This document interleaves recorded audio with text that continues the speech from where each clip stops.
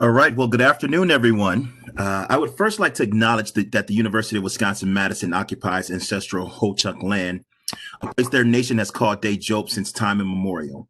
In an 1832 treaty, the Ho-Chunk were forced to cede this territory. Decades of ethnic cleansing follow when both the federal and state government repeatedly, but unsuccessfully, sought to forcibly remove the Ho-Chunk from Wisconsin. This history of colonization informs our shared future of collaboration and innovation. Today, UW-Madison respects the inherent sovereignty of the Ho-Chunk Nation, along with 11 other, 11 other First Nations of Wisconsin. Good afternoon, everyone. It's truly good to be in community with so many of you from around the state and the country to engage in this really important topic. Welcome to the first installment of our Real Talk for Real Change Symposium series, engaging in the subject of leading anti-racist school communities. My name is LaVar Charleston, and I'm a clinical professor in the Department of Educational Leadership and Policy Analysis, as well as an associate dean who directs the brand new Office of Equity, Diversity, and Inclusion, or OEDI, here in the School of Education at Madison. The mission of OEDI is to provide and promote programs and initiatives that establishes and supports a culture of academic and inclusive excellence within the school. So we promote initiatives that recruit, retain, and support the success of historically marginalized students, faculty, and staff, utilizing every person's individual and cultural assets as a competitive advantage to leadership in the arts, the health, and education fields. So we promote a community of scholars, practitioners, and collaborators within the school that effectively and efficiently enrich the quality of life for all faculty, staff, and students, as well as local communities and communities abroad. So it makes perfect sense that OEDI would collaborate with the School of Education's Office of Professional Learning and Community Education, more affectionately known as PLACE, to put on the Real Talk for Real Change Symposia series. PLACE ensures that the knowledge fostered within the School of Education at the University of Wisconsin-Madison has global impact. They utilize the expertise of faculty, staff, and community stakeholders and support and develop professional community learning programs in education, arts, and health. By building these meaningful relationships with individuals invested in lifelong learning, PLACE and OEDI in this example truly represents the Wisconsin idea and action. Before I go any further, I'd like to recognize and show a depth of gratitude to the Wisconsin Center for Education Products and Services, known as WISEPS, and the School of Education's Impact 2030 initiative for sponsoring this event, helping to make all this possible. We are truly, truly, truly grateful for your generosity. This Real Talk, Real Change Symposium series is something that several of us had been cooking up for a while in different pockets of the school. So we're truly ecstatic that this idea is finally coming to fruition. We would rather be able to commune with you all in person, but this virtual format is the next best thing in lieu of the COVID-19 pandemic. Also, I should mention at this time, like many of you, we are devastated by the lack of care, human decency, compassion, and empathy for the lives and health of Black bodies and other folks of color. We've been exposed to this disregard, disrespect, and violence all too regularly through social media, the media, and for some of our School of Education community, personal experience. This terrible reality has plagued our society for generations, and racial injustice is a construct we must continuously and collaboratively work to eradicate. And we stand in solidarity with you, our neighbors in Kenosha, and all around the world in standing up for justice, for racial justice and social justice. And so this is another reason why the Real Talk for Real Change, or RTRC Symposia series, particularly around the subject of leading anti-racist school communities, is so important, not now, but right now. The RTRC series focuses on critical issues of racial justice in education by centering the voices of UW-Madison scholars of color and community members. So our hope and trust is that we are able to share knowledge to facilitate conversations that will equip our UW-Madison and wider education community to be laser focused on equity in their educational policies, their curriculum, their practices of teaching and learning. So to be sure, we do not intend on the conversation starting or stopping here. Real change happens only when there's both action and accountability. But in order to do so, we must eliminate our blind spots. We know that many educators and other folks avoid talking about race and racism. Why? It's uncomfortable. It may lead to conflict or cause for skills that few of us possess. Often this avoidance comes down to a fear of misspeaking, a fear of sounding racist, or unintentionally doing harm. Part of getting folks ready to talk about race and engage in anti-racist work, right, is to first deal with our own fears. So as we think about engaging in this conversation, as we reflect on our own comfort level, we got to think about how we'll stay engaged even when the topic of race arises, and even when we're feeling uncomfortable. If you feel ill prepared to talk about race and racism, we have to ask ourselves, how can we commit to learning more about the issues by studying history, following current events, and brushing up on anti-racism work? If we reroute certain discussions when we feel a sense of discomfort in the room, how can we address that by committing to writing out the discussion the next time it comes when we feel uncomfortable, a little bit uncomfortable, learning to be comfortable with the uncomfortable? If we're feeling isolated in our teaching or talking about race and racism in our classes or our other respective professional areas, how can we commit to identifying a colleague or someone we know and trust and whom we can co-teach, we can co-plan or debrief around these serious issues with? If we're worried about how our ability to answer our colleagues, our students, our kids, or other questions about race and racism, how can we commit to accepting that we actually don't have all the answers and we can embrace the opportunity to learn with our colleagues? Professor Ibram Kendi says that the only way to undo racism is to consistently identify and describe it and then dismantle it.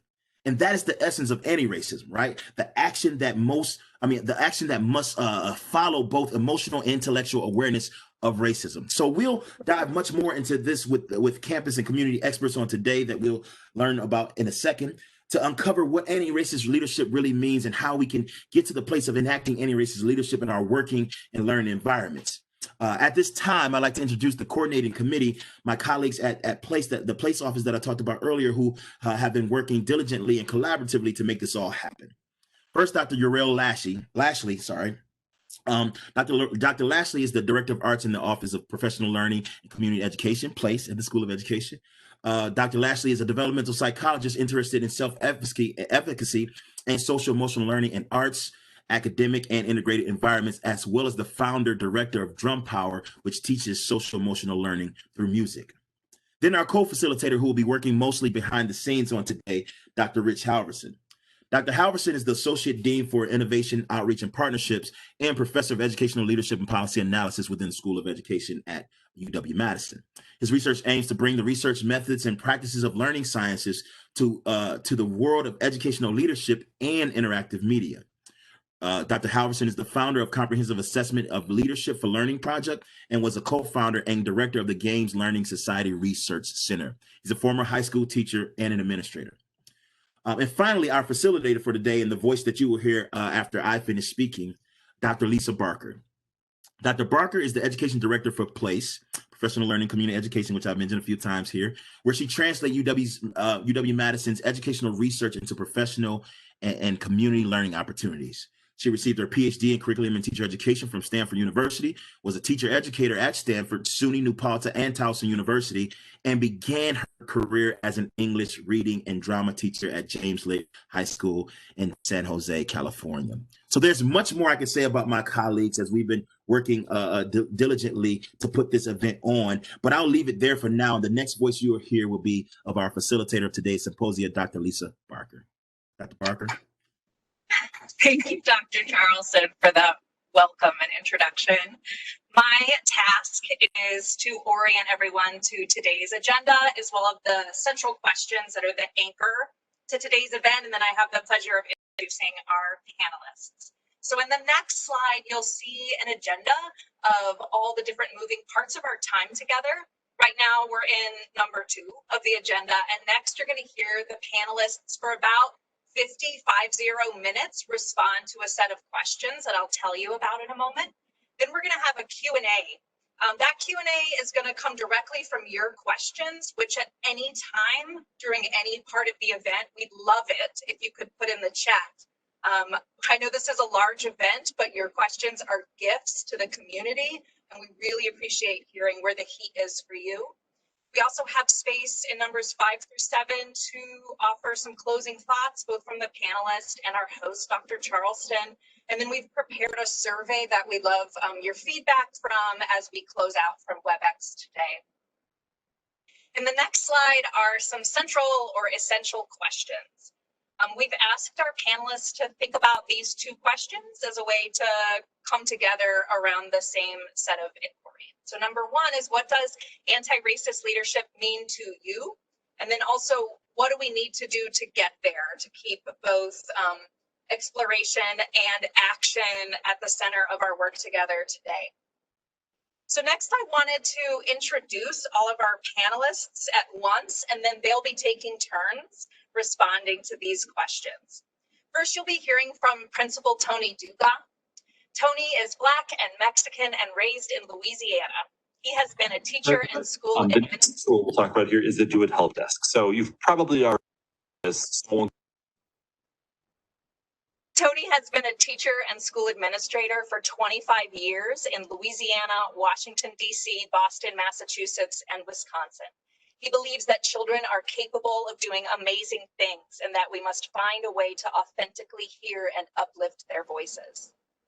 Next, you'll be hearing from an anti-racist coalition at Frank Alice Elementary School here in Madison, Wisconsin.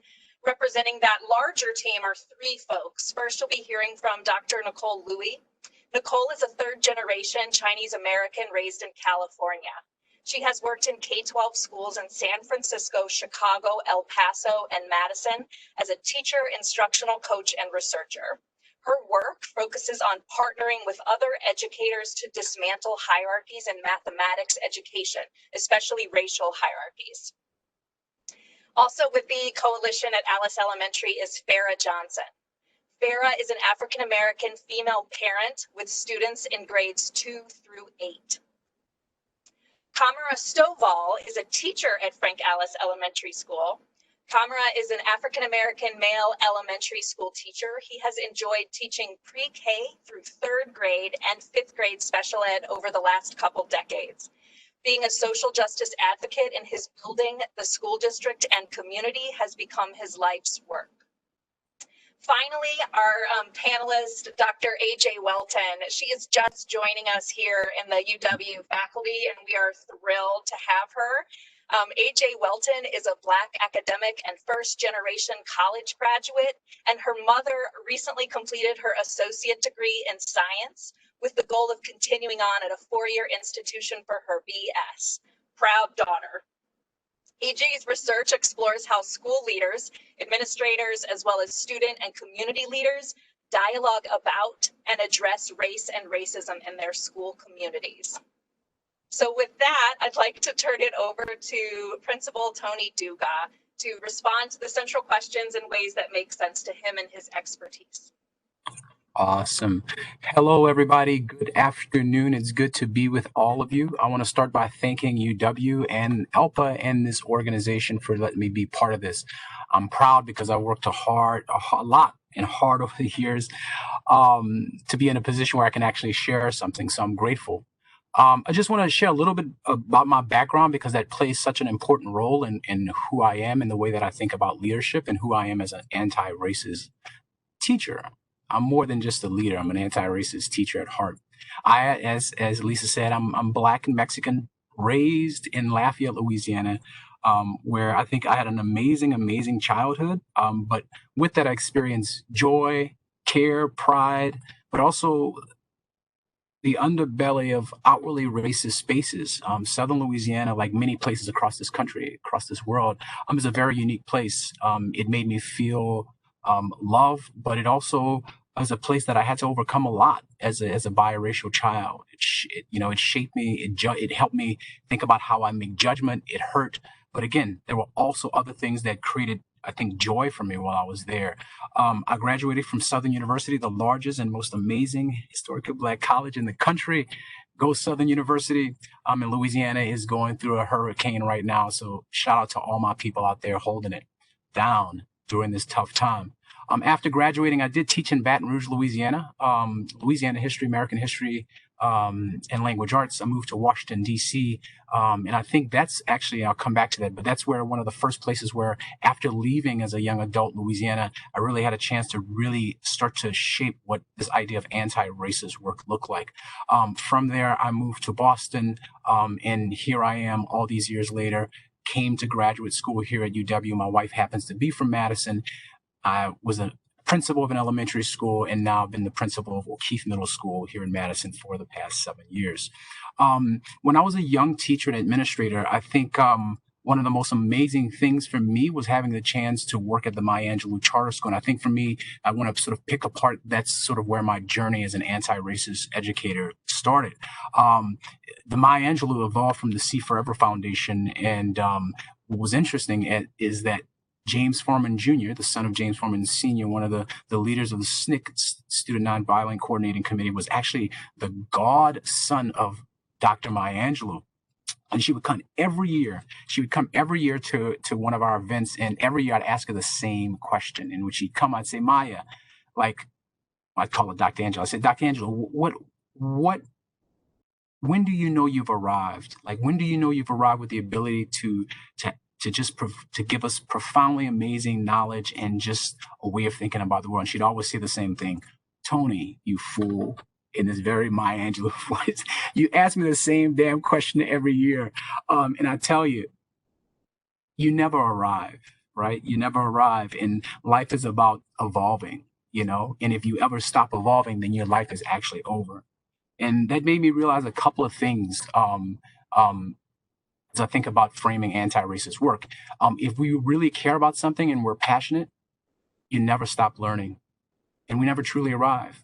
To me, anti-racist work, equity, liberation work, truly never ends. It's something that we are always, that itself is always moving, and we have to find a way to stay ahead of it. And if we look at how racism is currently playing out, racist behavior, racism, it's complex, and we have to embrace that complexity and stay ahead of it.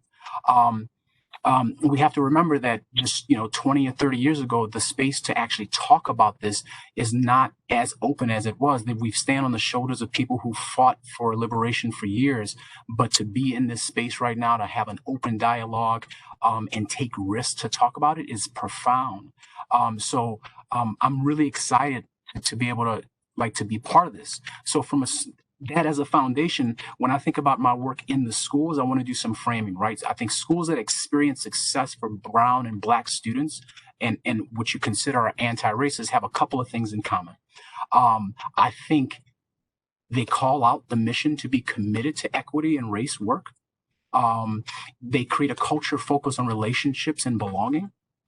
And I'm going to say we make a commitment to getting the community connected to those goals and actually setting forth this mission and trying to blur the lines between what's happening in our schools and our community. And I think Madison Metropolitan School District has done an amazing job of that and has really shaped how I look at anti-racist work.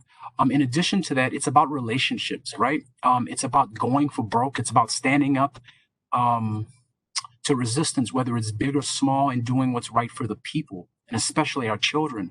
When those values, I believe, are at the center of our work, I think we're going to be okay. And you have to be vulnerable, right? And you have to respect all that comes with the work of carrying a history that has shaped everything that we do. As I said, it's complex, but it's through that complexity that creativity and innovation in how we actually fight against anti-racism is brought to life. So I really think that's a really important thing. I think if I focus primarily on my time in Boston, in DC, these organizations were very specific. If I'm going back to this idea of like setting forth a mission, they were very specific about calling out the mission and focusing on Black students and Latinx students. At the Maya Angelou, we were a school designed specifically for targeting high school age students who struggled in larger comprehensive high schools, and that was really important. I did the same thing when I was in Boston. We were very intentional about creating cultural capital for students and truly uplifting students' voice. And they were an organization that truly believed that, in its name, Citizen Schools, that the citizens of that community were directly linked to the success of our students. So if the organization had a mission to be anti-racist and focus on equity, we were pulling in the community to do that. I moved here to Madison, did graduate school, and I landed in Prairie, the Prairie School District. Oftentimes when people think of Sun Prairie, it's not thought about as being this place that's a center of equity work, and it has its challenges. But one of the things early on that Dr. Culver, who was a superintendent there, engaged us in this idea of courageous conversations. And it was one thing that actually started to move the needle and how people were thinking about it at the school level. Now, again, one of the challenges that is always faced by schools is how do you not let anti-racist work be a separate entity, right? And it's something that's totally ingrained and baked into everything we do. And I think that's where I feel like Madison really gets it right. Dr. Jen Cheatham, who's our former superintendent, and the team that worked with her, 3 years ago, I really think this idea of creating and uplifting and focusing on Black excellence and naming it a district goal was like a profound move. And so many people were involved in that. And I think from there, it was finding a way to uplift leadership, to find a way for us as principals and as staff to make sure that the equity vision was alive in our school. I think after that equity vision is created, then the real goal is what strategies and goals are put in place so that those things are not only defined, but that they can come to fruition.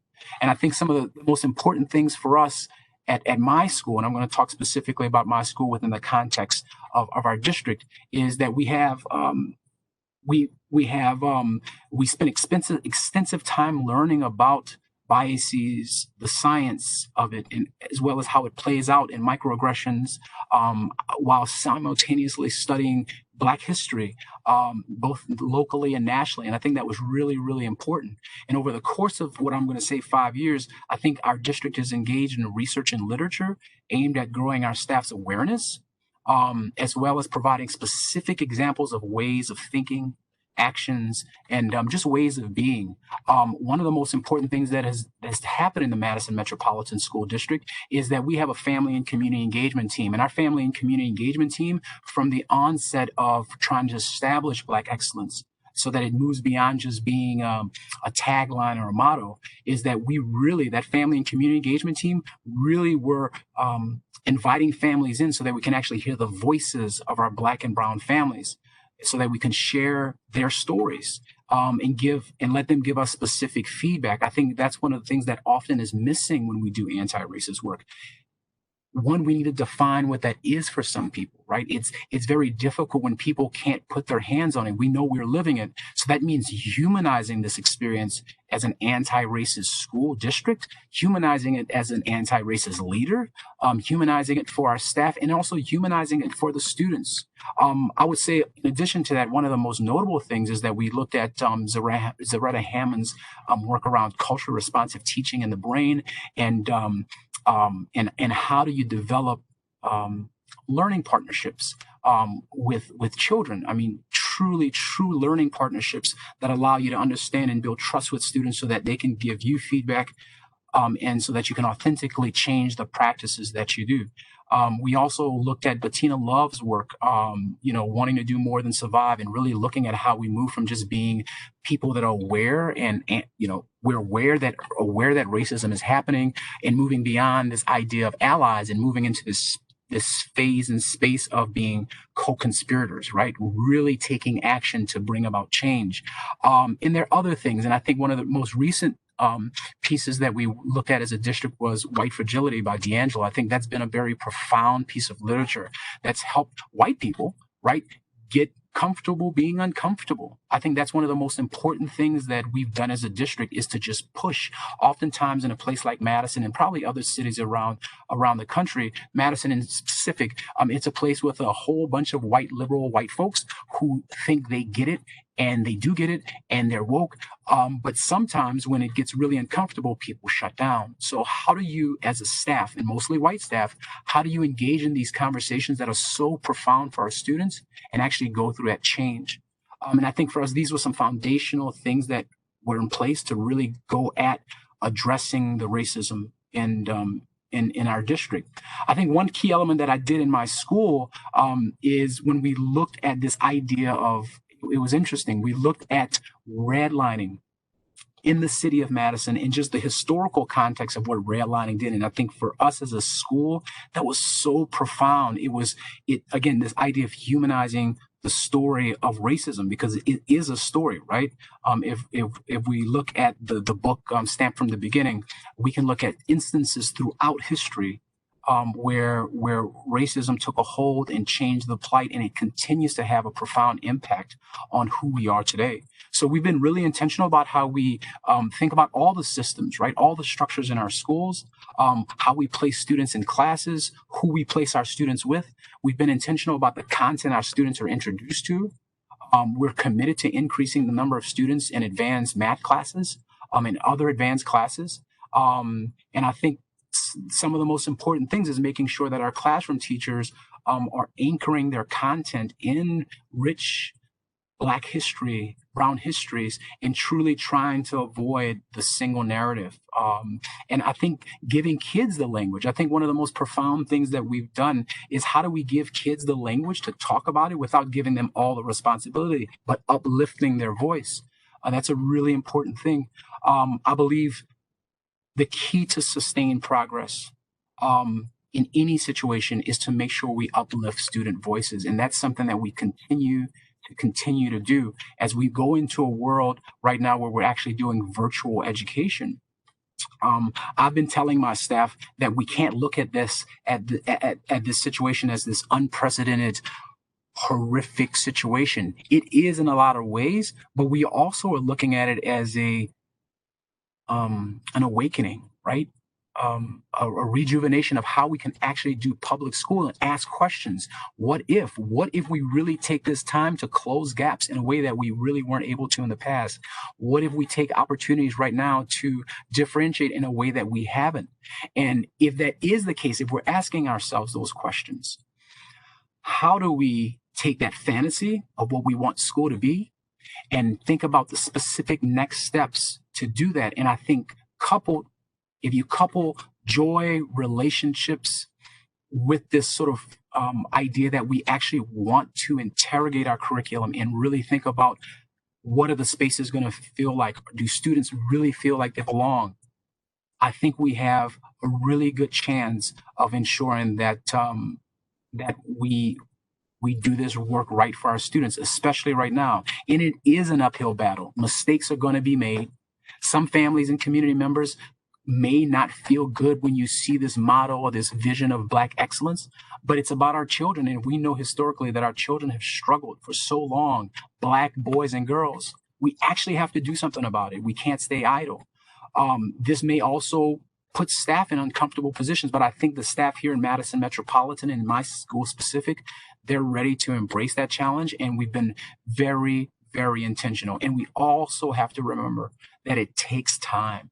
This is not going to happen overnight. If we think about the 400 years of discrimination, if we think about the weight of all of that, enslavement, all of these things, triumph, it's a story that we're going to be telling for a long time. And the story that I know at my school and in Madison Metropolitan that we want to tell is that we were very clear that Black excellence is something we believe in. We want to make sure that our students' voices and our families' voices are heard and respected. And we want to make sure that when it comes to instruction and the way schools are run, that it's quality. We have to make sure that we keep the bar really, really high while at the same time giving people an alternative to what excellence looks like, because we often put ourselves in a position where we're expecting one prototype, one way of being successful.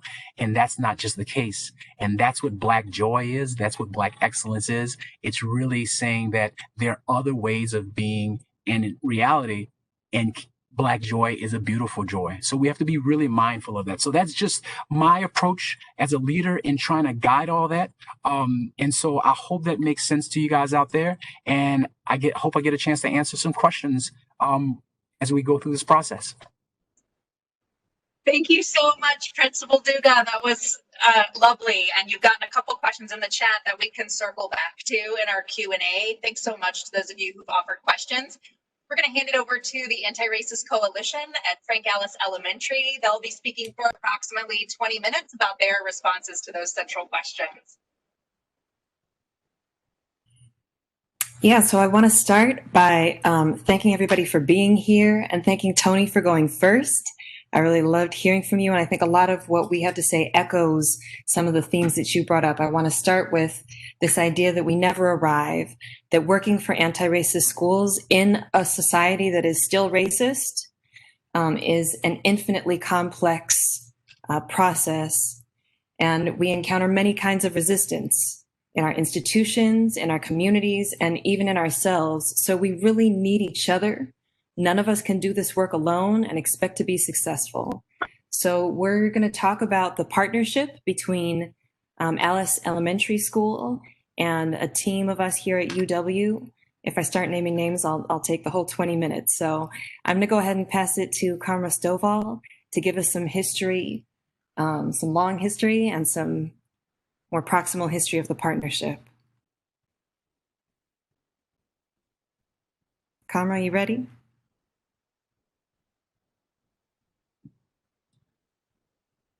Hello, can you hear me? We can hear Yep. you. Okay, perfect. Okay, sorry about that. So, absolutely.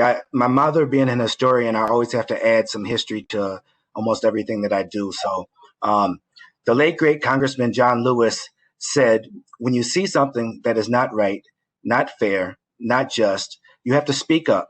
You have to say something. You have to do something. It's easy not to be a not racist leader. It's not easy to be an anti-racist leader.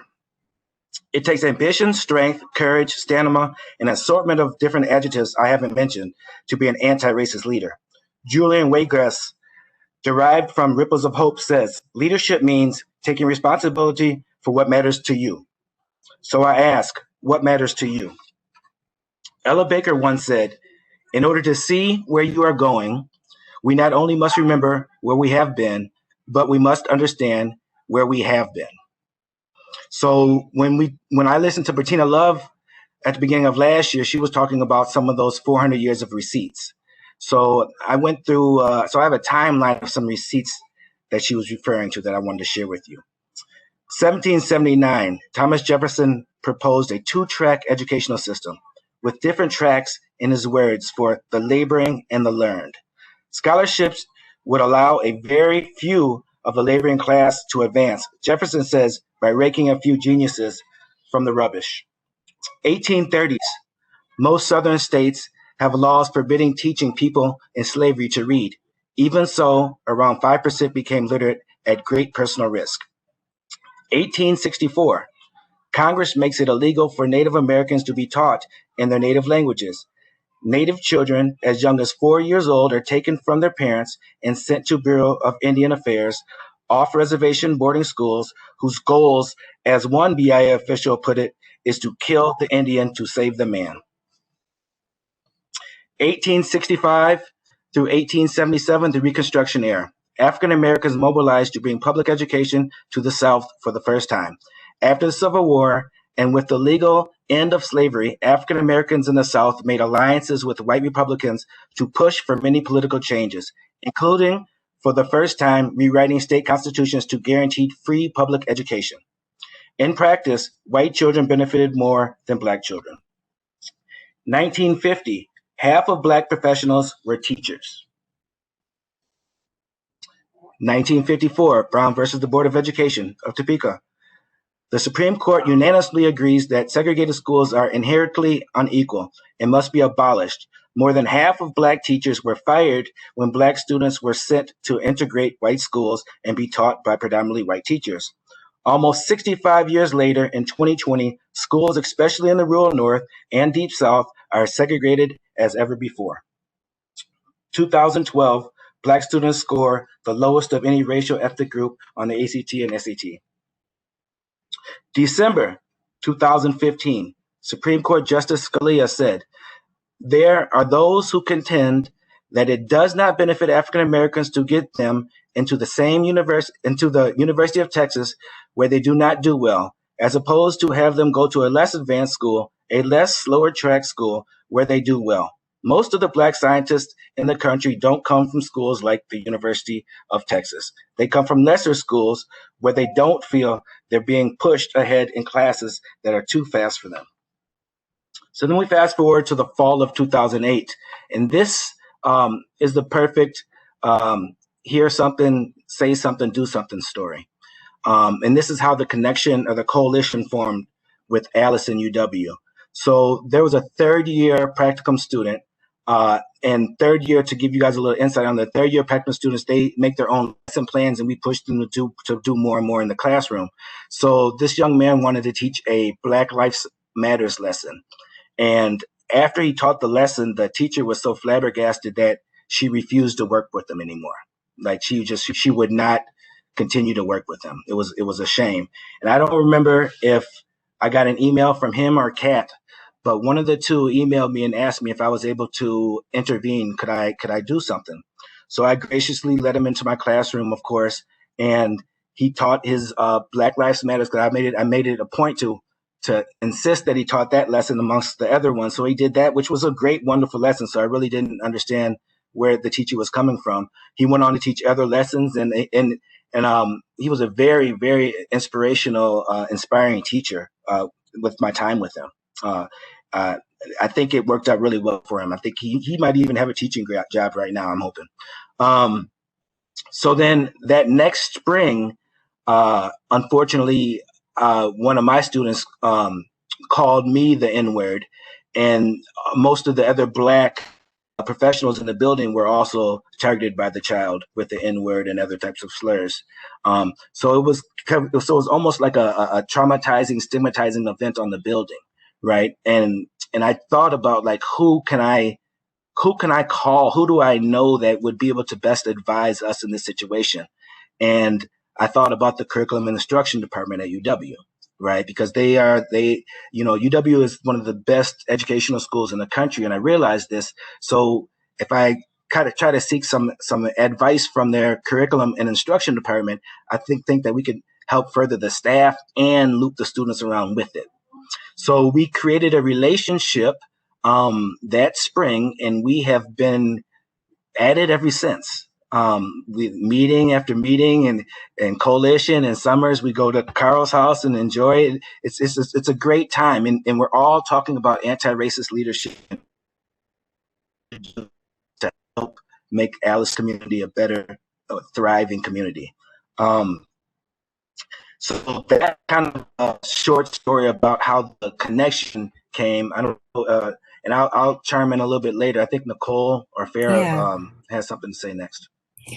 Well, and so this is partly speaking to some of the comments that have already come up in the chat. And Farah, hopefully you can get your connection. It looks like there's a weak connection, but we definitely want to hear from Farah, because one of the principles that has really undergirded all of the work between the UW and Alice Coalition has been the idea that none of us are experts, that we are all learning. We all have to keep learning, because none of us know, there's no 10-step process that we can just follow toward an anti-racist school, right? So we've been having a bunch of meetings. We had a retreat this summer that involved, in addition to teachers, administrators from Alice, and faculty from UW. Karma mentioned Dr. Carl Grant and also Dr. Kat Nichols,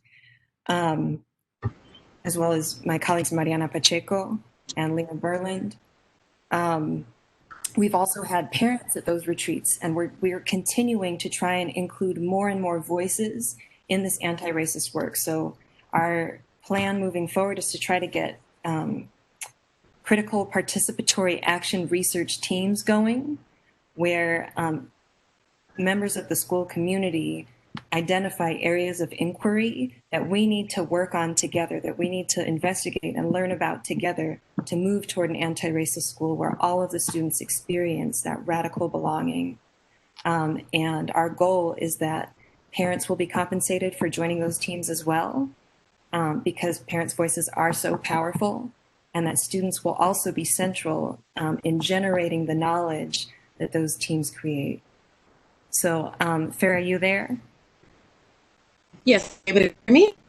Yes. Are you able to hear me? You. Yes. Can you hear me? Can you hear us? Yes. Okay. The joys of WebEx. Okay, I'm going to hand it over to you then. All right. Hello, everyone. Thank you for joining us today. I definitely appreciate UW and the staff and everyone that extended the opportunity for me, a parent, to be sitting here with you guys today, sharing my experiences. What an anti-racist leadership looks like to me. Um, when I think about that, I thought about, our community, specific to like the community I grew up in. I grew up hearing the saying, it takes a village to raise a child. Well, what an anti-racist community looks like to me is a village where everyone from the parents, the neighbors, the local restaurants and stores, the police, the fire department, the libraries, the schools, even our local Girl Scouts and Boy Scout leaders, recreational sites like YMCA, Boys and Girls Club, just basically everyone in our community had a role in leadership, no matter what the gender, race, or social status, family lifestyle, or career. Everybody just knew that there was a responsibility for the children to make sure they were where they were supposed to be. So like if they were trying to ditch school or whatever, someone would reiterate like, hey, aren't you supposed to be in school? Or, find out who the parent is and let them know. And that's just what a community looks like, because everybody took the time to get to know each other or to recognize things, and we're able to have that type of connection. That's what it looks like to me. Also, we did have Illinois, where even though it's only segregated because of neighborhoods, where it's how they settled. If the Russians settled here, the Chinese settled here. The communities are basically how you settled. Is what makes it that type of community. But we went to school with whites, and I can say that white teachers, they didn't treat us how I'm seeing this white teacher in more predominantly white neighborhoods treat non-white students. They tend not to treat them with respect. So an anti-racist community, to me, leadership looks like to me is that, white teachers who would treat every student with respect and be willing to educate and offer the same privileges to all students, regardless of race. Also to help and support the students in the school, parents, teachers, and staff, and our administrative personnel, because we all have a responsibility to educate and maintain a safe environment, provide security, and work as a team. Be resourceful and create and embrace opportunities that allows us to interact and have positive relationships with every student, every parent, every person we come in contact with in our community and beyond. Without an anti-racist community, how can our students feel responsible if the staff, parents, and communities don't come together? Not sure how we get there, but I do have some suggestions. One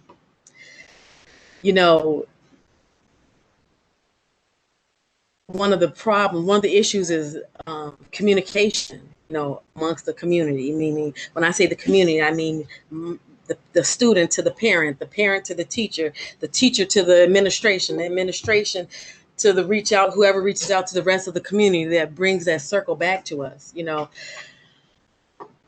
If we're always dropping the ball saying, oh, this teacher is hostile, or I don't want to discuss anything about that child with them because of their race, or this student makes me feel like I don't want to teach them because they may have a disability, or this teacher is my peer, but I don't want to reach out and communicate with him or her because of her race, or I'm just going to ignore any confrontation when I see students arguing and just let students figure it out themselves, or let another staff member come along and see what's going on and step in. I think a solution is that if you're going to be a part of a school community, even work with the children, staff needs to have the attitude, the willingness to step in when they see a situation is being handled by other staff, instead of feeling like, oh, I'm going to mind my own business. No, that's your opportunity to step in. Whether you're a parent or not, you still have a responsibility to make sure that things don't escalate. When things have to escalate, that doesn't make it good for anyone. Just like Kamar was saying, you say something. Even if you're white and you see something going on with blacks, or no matter what it is, if you see something, say something. Because if you don't, then how can our children feel protected? How can we as parents feel comfortable with even approaching the administration, when is the administration really looking into the fact that, are they supporting, do they hold themselves accountable as well as the teachers and their staff for their role and actions? Do they encourage a team environment? Even though their background checks completed for staff and teachers, we still need to pay attention and listen to the reports of behaviors of all staff and keep our eyes open and aware that everyone who preys on our children may not have a criminal background. They may have got through the school system, or this person may be racist and may be mistreating children. How do you know that if you don't work as a team and communicate? Or if the administration doesn't offer like workshops for diversity, to be able to deal with different cultural backgrounds or different situations, like one thing I get tired of, like I know we all aren't perfect, but I get tired of hearing teachers, us parents, we send our children to school, and I get tired of hearing the yelling.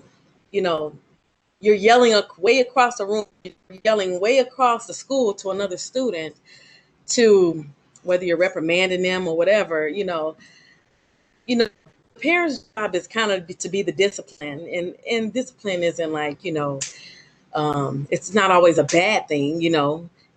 However, it's that teachers are mistreating the children in the schools and staff.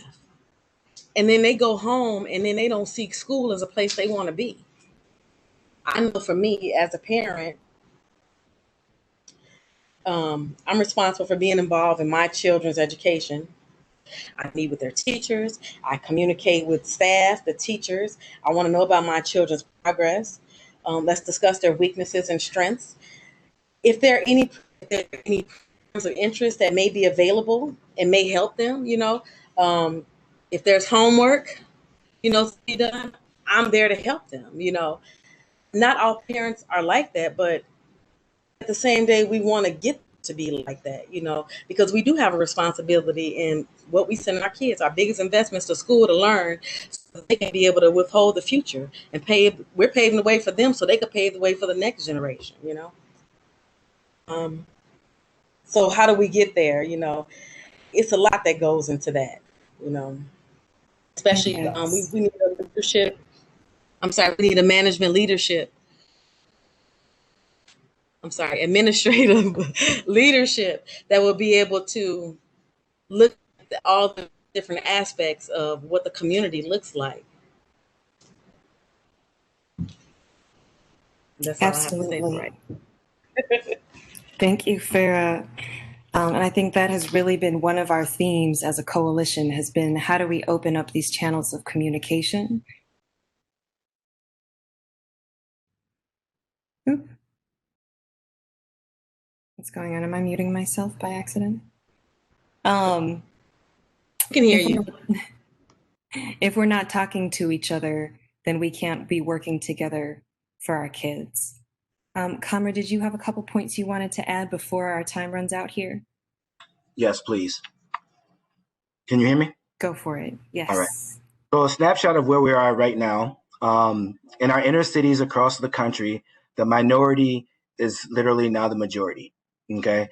And I know that this achievement gap that everybody's talking about, Wisconsin is very, very far down on that list. And the students in Milwaukee and Madison, they're gasping for anti-racist leadership. I mean, they need it, right? So as anti-racist leaders and administrators, what can we do? Okay, so first we need to learn to navigate the discomfort of not knowing the answer, working through emotions of our own oppression and privileges, and supporting others to do the same. Creating safe spaces that honor cognition and emotion, finding the courage to interpret and transform equitable systems or inequitable systems into places of opportunity for young people and adults. It's not just an intellectual conversation anymore, right? We must do something. We've talked about racial equity for decades and read books. Now it's time to do something. We must do something. It's about the day-to-day relationship and identity building with our children. Always remember how impressionable you are on our students. All relationship building should be viewed through anti-racist lens. For new teachers and administrators, find some warm demanders, educators in the building and district. This teacher probably won't be considered the nicest teacher in the building, but the kids will love them for being a warm demander. From infinity groups within the building, fostering regular guided reflections with your staff, engaging research, text, and other media from experts to deepen understanding of identity and history as it relates to schooling, creating opportunities for individuals to share and hear each other's stories related to our identities and histories, work to collaborate shared meetings for essential languages like equity and excellence, and essential concepts like examples and purposes of school versus purposes of education. Interrogate and espouse versus actual impact of the school, district, or system mission and history by examining the key artifacts and data. Connect regular equity or conduct regular equity walkthroughs. Hold high, very high expectations of all students. Help and support your Black administrators, Black staff, and Black students. It is hard to understand the oppressive trauma they are enduring. And notice how I said that they are enduring, not that they have endured, that they are enduring. In closing, please remember that we are too short lifespans from enslavement, and many of our systems and structures derived from that time period. Our public education system, our policing, and medical systems essentially derived from this time.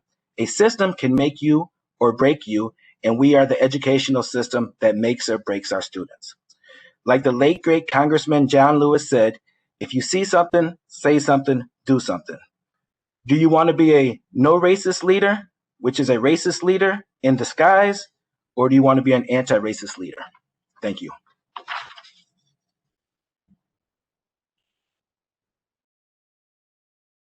Thanks so much to the Anti-Racist Coalition at Frank Alice Elementary. We really appreciate that. And if you're willing to offer any of those thoughts that you just read, Kamra, in the chat or email it to us here, we'd love to share that because there are a lot of action items there that are really important.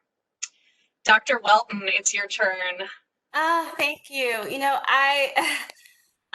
this is making me a little bit more hopeful because I will admit, early on in the summer, when we, all witnessed the violent public modern day lynching of a Black man, George Floyd, I was getting rather discouraged about what was becoming of the concept anti-racist and anti-racism.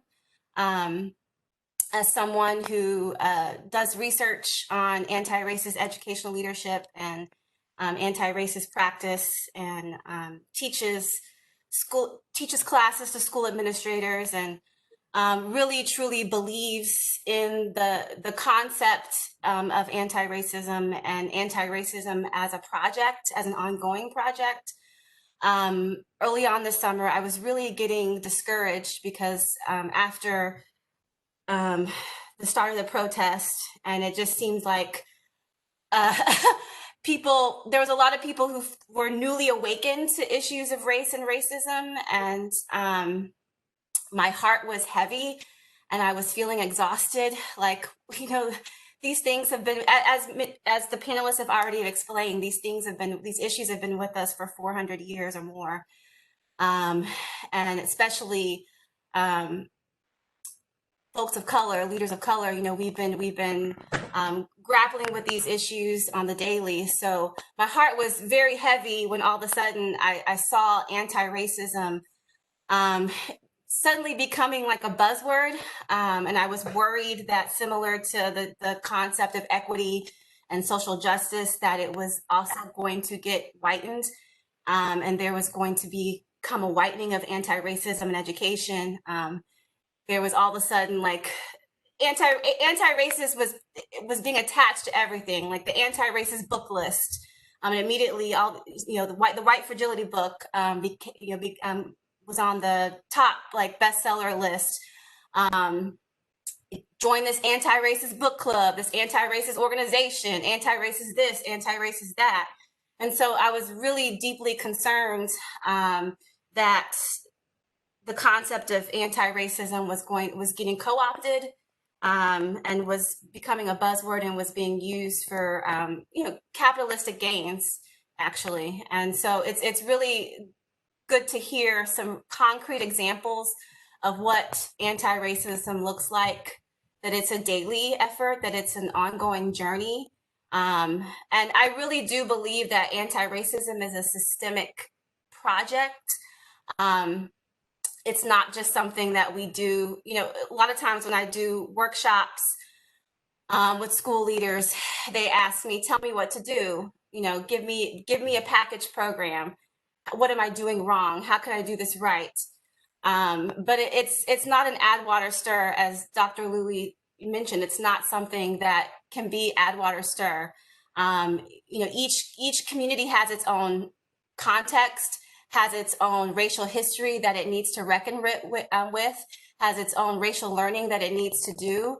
And so, as the coalition talked about, it's important to do that, that learning together and understand the uniqueness of your own community's racial history.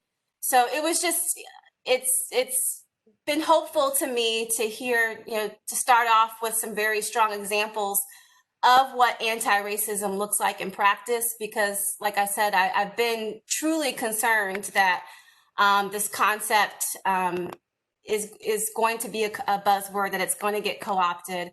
And also that this, will become only, a single moment in time, and not something that we will, make it a continuous journey and commitment. I had a couple of slides. Wouldn't mind. Thank you.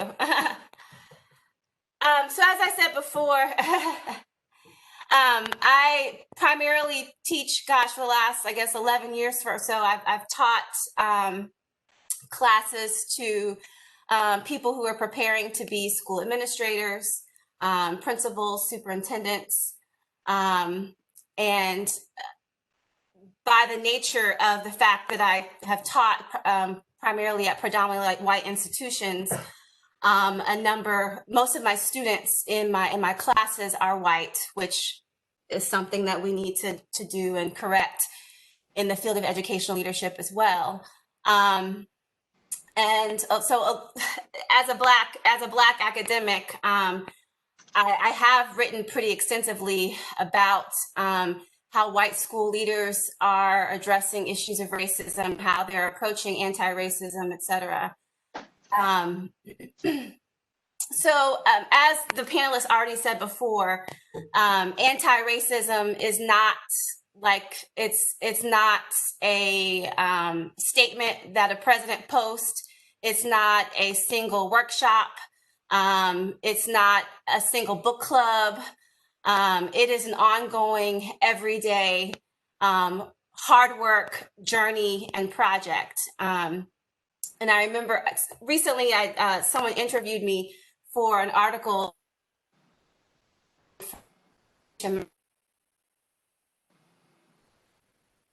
Well, how can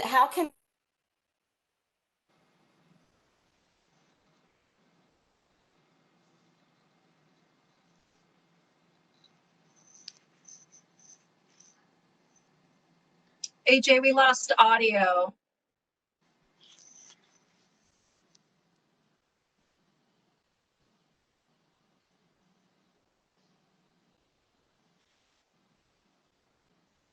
I'll try to get a hold of her. Thank you, Kamra. I'm going to try to get a hold of AJ. I appreciate Kamra pasted in the chat the content of his closing thoughts, which is really helpful, and a lot of questions have surfaced.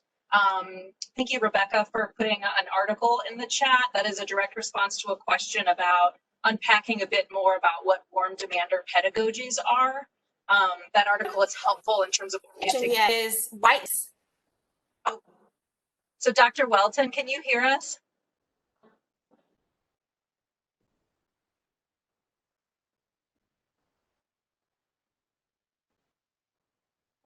I think, yeah. Did you?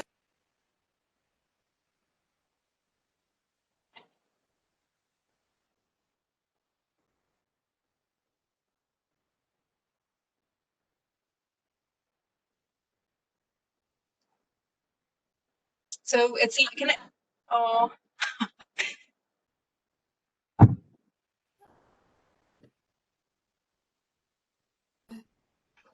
I'm not sure if Dr. Welton can hear us. It seems like her bandwidth may be going in and out. Justin put in the chat an idea that if folks are able to mute their audio or actually turn their videos off, that may help increase bandwidth. We're not sure. It's a strategy. I see y'all closing out, and I appreciate that. Hey, Lisa. Yeah, LaVar. AJ's gonna call in. I just talked to her. She's gonna call in. We lost her, so she's gonna try to call in. That's really helpful. Thank you. Okay, you're welcome.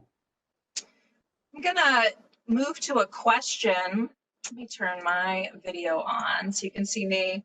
I was just in the middle of thanking Rebecca for plopping in a PDF for folks who want to learn more about warm demand or pedagogies that Comra oriented us to. That's there. I wanted to ask a question.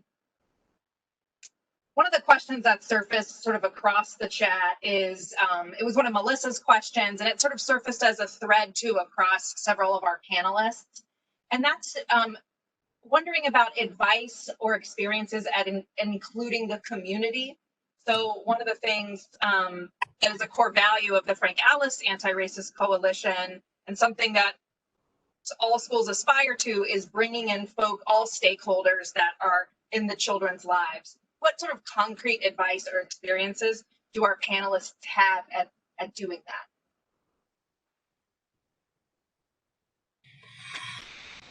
Guess I can start. This is Tony Duga, everyone. I think we did it. There are two things. If you heard me talk about the learning partnership, the learning partnership is as I said, is something that we explored, and it's not a new concept, but it was just solidified in Zaretta Hammond's work. And what we did was the learning partnership for us was our sort of tool that we leveraged. We established these every staff member in our building had a learning partner, a student who they wrapped around was their person. And I think for us, when we started this process, again, we're always working to have family voice at the table, whether that's through conferences. But the learning partnership for us was one that was a little deeper. And once we established the learning partnership with our students, and before we established that, we needed to have families understand what that learning partnership was going to be. And so we really, really worked hard to have very appropriate, timely guidelines for how our staff would initially do that contact with families. And then we set up what we called our learning partnership luncheon. And just for the concept, the learning partnership, as I said, it's a relationship between the staff member and a student that's so deep and so trustworthy that staff members can have conversations with students to make adjustments to even specifically around how lesson structure goes. Students are able to say, hey, that lesson was too fast for me. A lot of times students are hesitant, and I would say adults are hesitant to get that. And oftentimes, I don't think that, I think sometimes we have to be mindful of, let's have a relationship like that with all of our students, but especially our Black students. And we wanted that, and that's something that we commit ourselves to. So once we established that relationship with the families and had families understand what this was, we had several what we call learning partnership luncheons, and community sessions where we had the families come in and have open and honest conversations with our teachers and our staff. And from there, we would have authentic conversations to really get this insight to what's going well for you. How do you feel? Trying to survey our families to see what made them feel comfortable, what made them feel successful, what made them feel like they belong, and truly being explicit and open with our families about the adjustments and changes we would make based on their feedback. That's one approach that we took, using the learning partnership setup and the model to continue to go deeper, not just with the kids, but also with the families.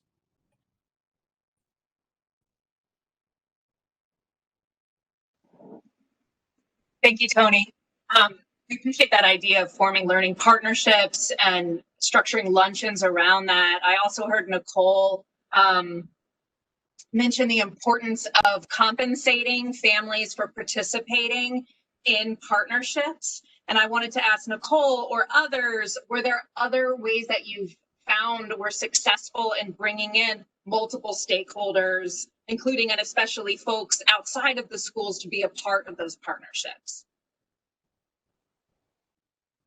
Well, I wanted to highlight just something that Dr. Carl Grant has challenged us to do in the coalition very consistently, which is he has really said we need to be including family members as full participants with all rights and privileges, is his phrase, with all rights and privileges, that rather than defaulting to a space of, well, maybe this conversation is more technical than parents would want to be involved in, or maybe there need to be some spaces where it's not appropriate for family members to be there, to really just open the door. And I think that has created some really powerful moments of, for example, of parents. I think Farah asked the question of teachers in one of our meetings this summer, can you give me an example of a time when you have actually brought in some of the family knowledge of an African-American student that comes from their culture? And there was silence. And I don't think that question would have been asked if she hadn't been there. So I think just challenging our assumptions, just challenging our assumptions about what is the appropriate space for other members of the school community to be involved has been really important for us and something we're still thinking about. Thank you, Nicole.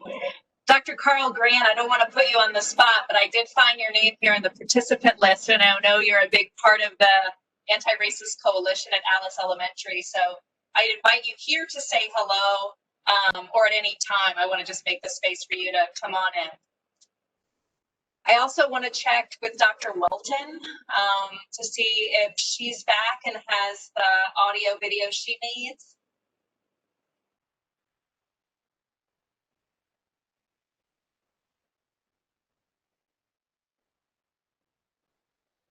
All right. Say something, AJ. Hey. Yeah, we got it. I'm getting some feedback though. I don't know why.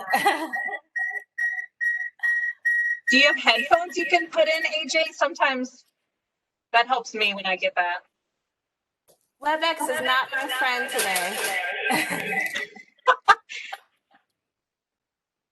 It sounds like thank you're you for thinking my feedback sounds cool.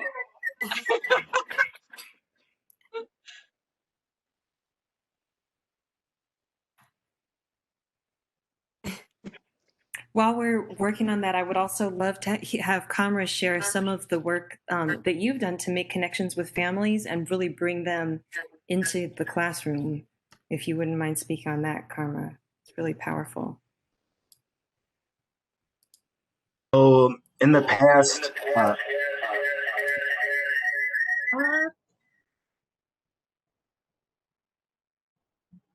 hello? Much better, much better. Are you able to hear me? Yeah, go ahead. Yes. Okay, I don't know exactly what's going on. I apologize. So a couple of the scenarios that I've done in the past to bring families in, because I feel like family involvement is essential.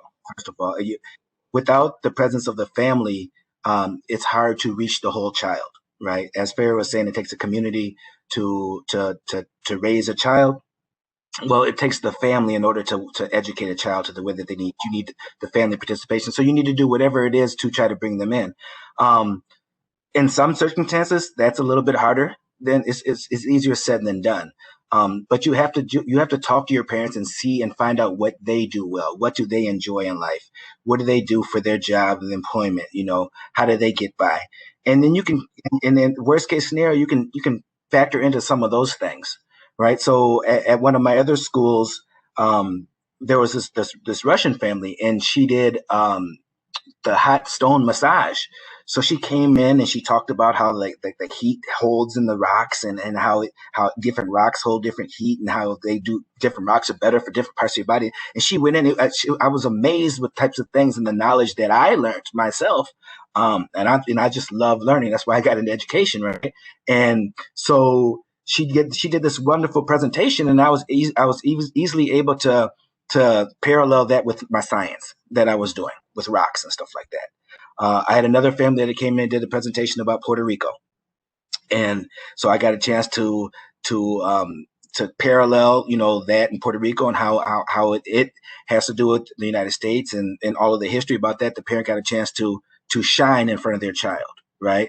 So a lot of the kids don't get the opportunity to see their parent speaking and talking and teaching other people outside of their family. Right. So so then when you take a peek at the child is like a deer with his headlights. They're smiling. They're amazed. They're so happy.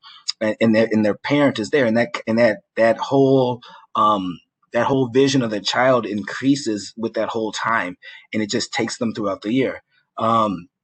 I had other circumstances where, there was one of my parents was unemployed. So he was able to spend a little bit extra time in the classroom. So he would actually, and so since I opened up the classroom, he actually got on the bus and rode the bus to the class. And it's all about opportunities, right? If I wouldn't have reached out to have the opportunity, I would have never had him in the class. But a few weeks in, I found out that one of his favorite games is to play dominoes. Right. And ironically, I enjoy that as well. But while they're playing dominoes, well, that's all adding, right? Adding, quick adding, finding fives, finding tens, finding 15s. Well, that's what you do in first, second, and third grade. You teach kids doubles and different things that add up to be different things. So I allowed him to actually play with the children. They would earn that time, and that would be part of like their math block where they would get a chance to do that with them. So it's just all about reaching out to the families and finding any way for you to bring their riches into the classroom. I mean, we have to understand as teachers that the best teachers in reality are the parents. They're their first teachers. They're the best teachers. They learned all of the stuff that they know until we get them, especially like the kindergarten teachers. They learn it all from their parents. So we need to tap into that. I think that is something that it's a value that is not utilized how it needs to be. So those are just a few of the things that I do. I don't want to take up too much airtime. Those strategies are really helpful, Kamra. Thank you for providing us with these ideas.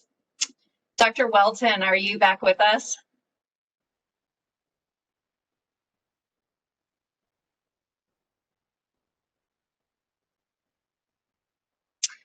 Dr. Welton said in the chat that she was on both phone and computer, and sometimes that can create some feedback. Thank you, Sandra and Justin, for pointing that out to us.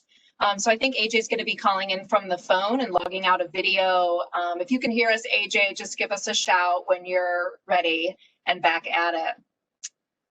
One of the questions that Leanne had asked in the chat that I know has come up for a lot of folks is, for those of us not living in Madison and not living in like liberal, quote unquote, cities, or cities with compositions and dispositions like Madison may be, not that it's perfect, what advice do we have for districts who are not where Madison may be politically or demographically?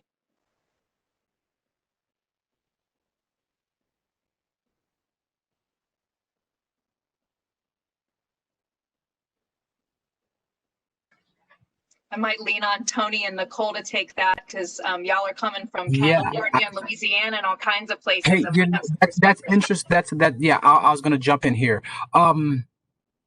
If you're from a district where that is not the norm, right? Again, remember, in Madison, it's a city that has its own challenges. It's a city that it's acknowledging its challenges, and it's a place that at least is trying. Dr. AJ was talking earlier about how a book like White Fragility or other movements or to be anti-racist could be co-opted for capitalistic gains. In a lot of cases, that's true, right? And I believe that. And at least I want people who are actually trying.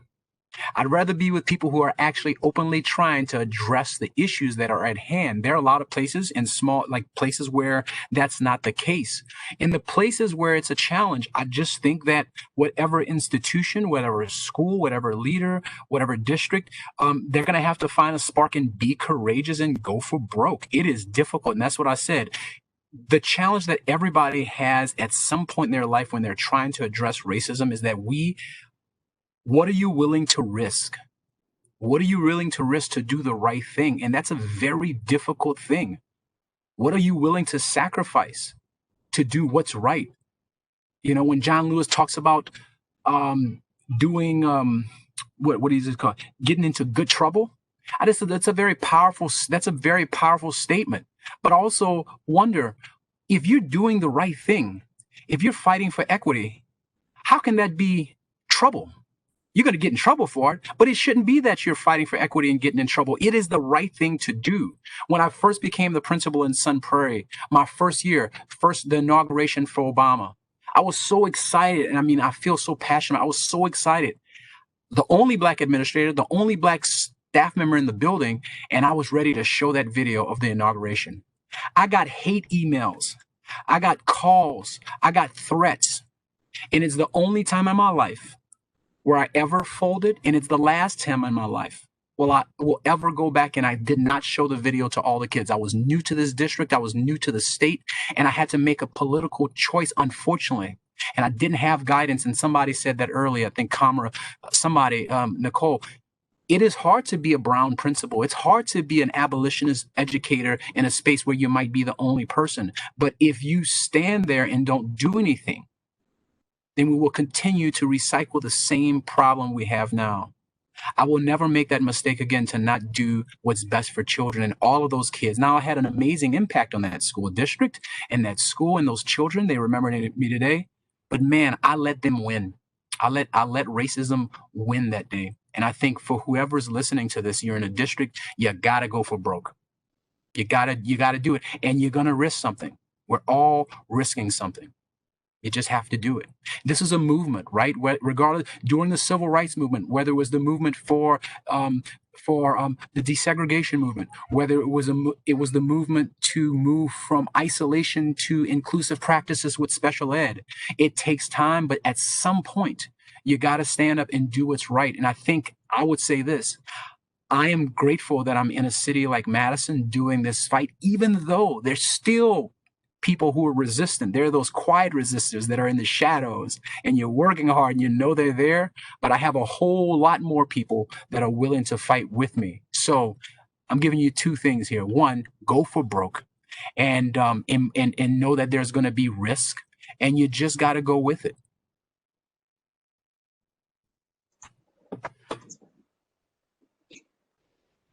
Thank you, Tony. You're welcome. I'm going to check it. Well, so great to have you. Dr. Welton, are you back?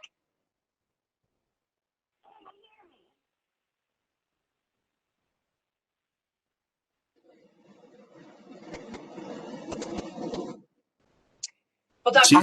She's on the phone and can hear, she said. Okay. I'm going to just jump in quickly one more. I'm so sorry, folks. I'm not trying to hijack it here. But I think I said this earlier, that it's really, really important that I think what's happening here in Madison is that our district has taken a stance, right? And we're very vocal about it. The school board is on board with it. And I think what districts have to do is, it would be great if, right, whatever district you're in, find that person on the school board, find that person, that ally, that co-conspirator somewhere in the community to actually be a partner in that, because you do have to bring in. Society drops its children off at our door every single day, and we're expected to do magic, and that can't be the case. This is a public school, and we serve children and we serve the public. So those people are out there and they want to do what's best for kids. And another thing, when we're doing anti-racist work, it's not just for the Black children and the Black families, right? White children, white people who are in that experience also benefit from that. It will make us all better. And I think helping people understand that is really important. Sorry. Okay, we can hear AJ now. AJ, go ahead and talk. Yay! Yay! I got kicked out of WebEx, and I was worried that my computer was having some issues. So I deeply apologize.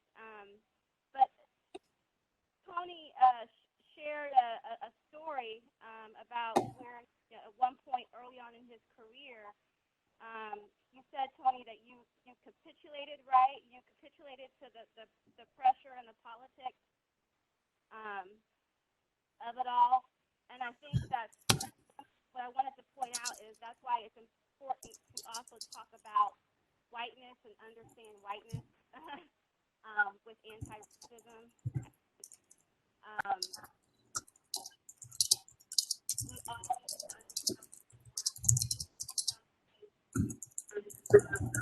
capitulate to whiteness.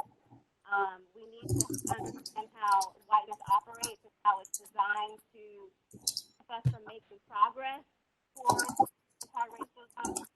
And that was just a great example that you shared, Tony, that we need to teach our school leaders how not to, to let the naysayers, those who are constantly. Dr. Welton, I hate to interrupt you. It's just your volume is low and is too low for some of us to understand.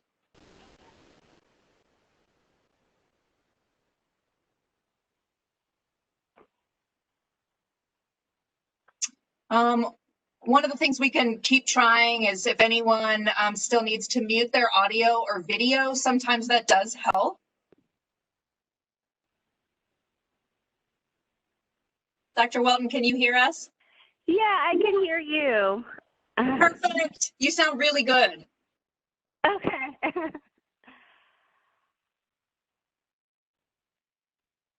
No, I was just making a point into a big part of anti-racism is just understanding how whiteness works, how whiteness functions.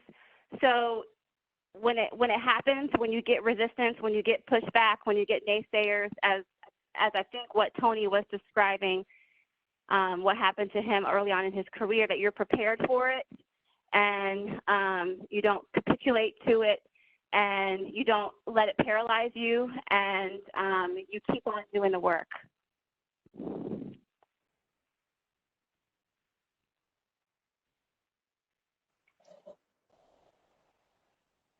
Dr. Welton, are you still there? Yes, I'm still there.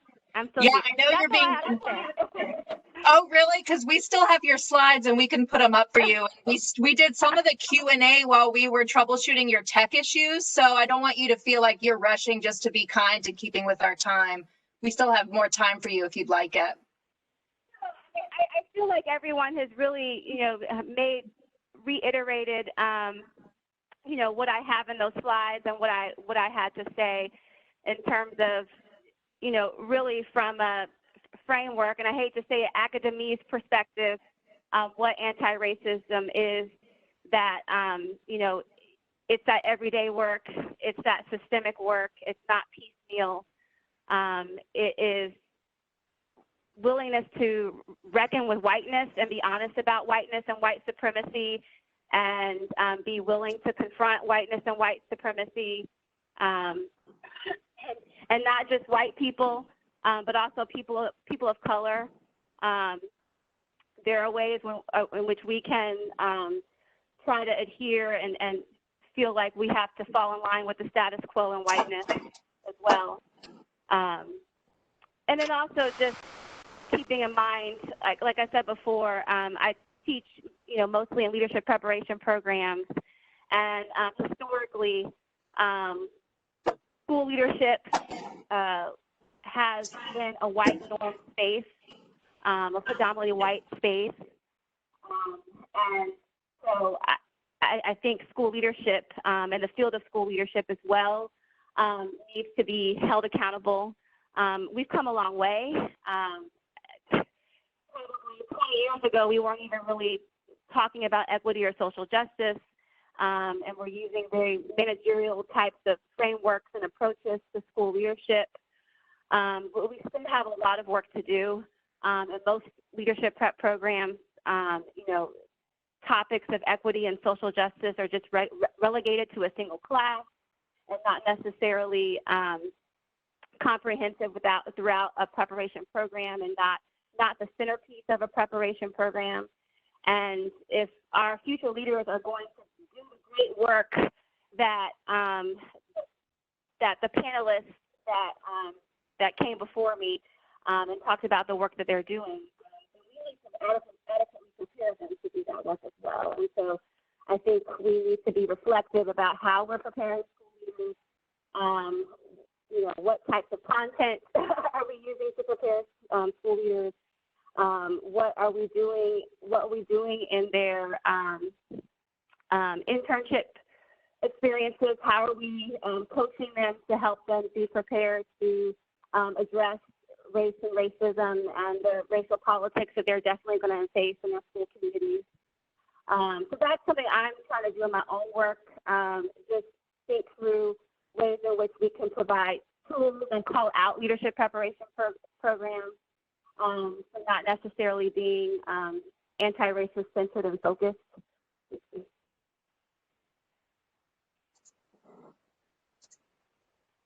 Thank you, Dr. Welton. Thanks to David Daniel for putting one of Dr. Welton's paper titles in the chat for those of us who want to follow up in various ways on things that are surfacing. Dr. Welton, I wanted to ask you a researchery question. From a research perspective, could you summarize for us how you see whiteness working with and or against anti-racism? How does whiteness work with, well, whiteness is designed to work against. That's the whole purpose of it. Whiteness is designed to slow the progress of racial justice. And that is the whole point of whiteness, which is why I think we need, when we're talking about anti-racism and what anti-racist educational leadership is, we need to talk about whiteness. We need to be prepared for what it is aimed to do and designed to do. It is very much so designed to thwart and keep us from doing the good work. And so I don't think in any way that it's meant to, I mean, maybe awareness of it can help us move forward with our anti-racist aims. Also, I think what I see in my work with school leaders, especially white school leaders in particular, is oftentimes they get so bogged down with the naysayers, those who are pushing back the dissenters, that they don't, and that in itself is an act of whiteness. Someone who's trying to keep you from moving forward with doing your job and doing racial equity work. And we spend so much time focusing on, I'm just going to be upfront about this, oftentimes white stakeholders in our communities who are pushing back when school leaders are trying really, have good intentions to do racial justice work and implement policies and structures and practices that, are equitable for our communities who we haven't served. And school leaders spend a lot of time, oftentimes, focusing on how to calm down those naysayers and aren't necessarily focusing on the communities that haven't been served. We need to spend more time on the communities who haven't been served and less time on what the naysayers think, how they feel. And so that is an example of how whiteness works. Thank you for that. There was a question from several folks in the thread. This is pivoting to a different pasture, mixed metaphor. We're going to do Q&A for another 5 minutes, but this is a question about PTOs.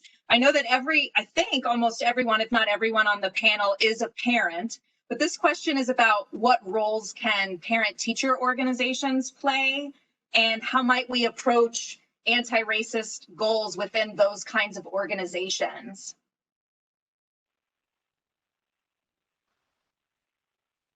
So this question around PTOs, I know some people were responding to it in the chat, which is really helpful. I want you to continue to do that. But I wondered, Farah or Kamra, have you had experiences with PTOs that you felt were particularly successful, or approaches within and alongside PTOs that were successful from your perspectives?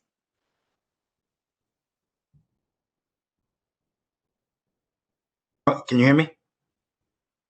Okay, so growing up in Madison, as many of you know, it was Madison, to be frank, is a predominantly white community, especially when I was growing up. So that meant that most of my PTOs were predominantly white. There was one Black lady, Tanya Jenkins, that was there every month to the PTO, but I don't feel like she was able to express herself within the group. So like now we call them affinity groups and whatnot with the teachers, but back then, my first year at West, my mom founded this organization called PAS. It was Parents of African American Students. And within that parent group, it was able to uplift those voices of those parents, so therefore they could get more hearing, more understanding in the mainframe, right? So with that model, I think it's best that the minority parents get uplifted a little bit in order to try to make it an even playing ground with some of these other parents. Some of these other, and just to be frank, some of these white parent groups are policy making groups, right? Like they literally will change policies depending on their likes or dislikes. An example is the AP classes that got added in the general math classes that got taken away for that, So I think it's very important that we target a lot of the families of color and their parents, because all families, all parents want their children to do well, whether they're present in the school or not. So as long as we remember that in the back of our minds, you can reach out to those families and they will want to help out with the success of their child. So finding some way to uplift the parent groups, like infinity parent groups, and then have their messages go through the main groups into the society of the school, to branch out. But it is being one little person in a group of 30, a lot of times your voice gets drained out, especially in Madison. I think you're right on, Kamara. Thank you for saying that, man. Our PT or PTG, parent teacher group, I think one of the things that has been important for my PTO, it also, as Kamara said, it comes down to numbers. You might be the only one or two families, like in my school in particular, that sometimes it's a numbers game. But there are two things that we have to do is I have constantly brought all of my decision making around equity and my equity vision to the table. I'm sharing with my families that that's the value that's shaping what it is that I do. And oftentimes, throughout my time there have been the silence, the wondering, the question, but I'm constantly putting it on the table to say this is where we stand. And not only where I stand as a principal, but where our district stands. That's why I think I keep going back to this. If the district takes a stance and says Black excellence is a priority, then everything we're doing is sifting through that. And as much as all these things come back, I keep telling my staff, we're coming back to base camp. As you ascend the mountain, there are going to be things that you have to do, but you keep coming back to this idea that this is our core focus. This is this is what we value. And eventually, again, it takes time. Those people who don't understand around the table with PTGs will at least understand, hey, he's taking a stance, they're taking a stance, and they're not wavering from that. In terms of participation, I think one thing that we have to be mindful of is freedom, liberation, equity work. There's a language to it, right? And if we think about from an academia standpoint, there's this big language that also is very intimidating. And sometimes people feel like they can't be part of it because sometimes it's not set up. The structure isn't set up. And as Kamara talked about, having these affinity groups for people to talk in those spaces and feel safe. But we got to really push and say, look, we really have to make this space safe enough so that everybody has a place, and the facilitation of those meetings are really important. People get overrun by those policy makers, right, Kamara, that know that they're there really looking out for their child and whatever experience they're going to have. And I just think it's really important that it's a parent-teacher group, right? It's called a parent-teacher group because it's not just the parents. it's the school as well. So the staff have to be heavily involved in making what happens there aligned. And again, it's going back to this idea that it is very challenging sometimes because you will, hey, I only have a few people of color in my school. I'm like and there are often times where I'm the only person of color around the table of 30 people. And we got to create safe spaces for people so that they can be that they feel just as powerful, that their voice is heard in those spaces. I wonder too if you could say anything, if you're still on here. I'm just trying to figure out how to manage this whole 700 people on WebEx thing. But Farah, if you're out there, we would love to hear any experiences that you've had with PTOs. Can you hear me? Yes. Okay. It's not so much that I haven't had much experience with PTOs in a sense. I did experience something with the booster clubs, because my older children were involved in band, and it was trying to they weren't listening to my ideas. They weren't listening to my ideas. They really didn't care about bringing they didn't care if other races participated. You know what I mean? And most of the time, it is the predominantly it's all white, probably most of them, two family homes, upper middle class, you know what I mean? And they don't care about bringing in other races or cultures. It's about what they've done already and what's been established. And a lot of times when I've dealt with that issue, it was because of a lot of the people had already been there for years and years and not willing to change their practices. And me, one person, wasn't going to make a difference. So, it doesn't, that was my experience. Now, it would help if, my kids have been in with Alice, and, it does help that teacher Kamara and,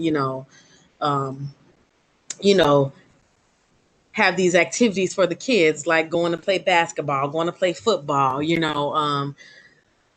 they have little times where all the parents meet, whether it's maybe some type of school event or, whatever, but they're always trying to do something to bring everybody together. Now, who participates, that's on them. But most of the time, to me, I feel like it's a big turnout. You know what I mean? Because it's all based on questions that have been asked too. Like, if we have a taco night, how many people would like to participate? You know what I mean? How many people are going to sign up?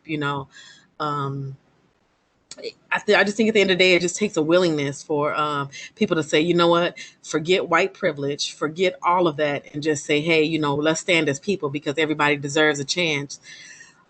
We all need to stand together, like how we're standing right now on this panel, or just even discussing this issue, and say, hey, you know what, I'm going to help a kid, I'm going to help a family, I'm going to help whoever, no matter what race, color, whether they have a disability, I mean, whatever it is, you know what I mean? Like gender, whatever, like I'm going to help and forget what I thought in the past. I'm going to roll down that window and have some new eyes, because you keep looking in the rearview mirror, you keep looking back, you're never going to get ahead.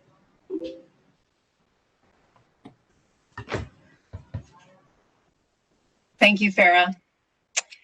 In relation to this PTO question, I was noticing that several folks in the chat were just orienting us to several tensions in this space. Melissa had mentioned the tension if PTOs have the money, but then there are all these parent affinity groups who don't have a connection to that money, how that creates a tension, which I think is useful to just make audible. And then also Vicki Lynn was just talking about the tension in geographies like rural areas of Wisconsin and other states, where when someone of color steps up to be a part of an anti-racist coalition, they can be tokenized or essentialized, which puts a lot of pressure on folks of color in those spaces where they are almost always likely to be one of a few or the only one in those spaces. I wanted to pivot. In the next 10 minutes, we were going to offer a closing question to panelists and other folks to chime in the chat. The closing question, I just put it in the chat if it's there. But we want to move toward action. And this, don't worry if this feels like summarizing a little bit of what y'all had said earlier when you were in the panel section, because I think redundancy is our friend, as Rich Halverson likes to say. What are the key actions to take as anti-racist leaders? I might, just to be decisive, recommend starting with Dr. Welton if she's here, and then going in reverse order back to Tony. But again, what are the key actions we can be taking as anti-racist leaders?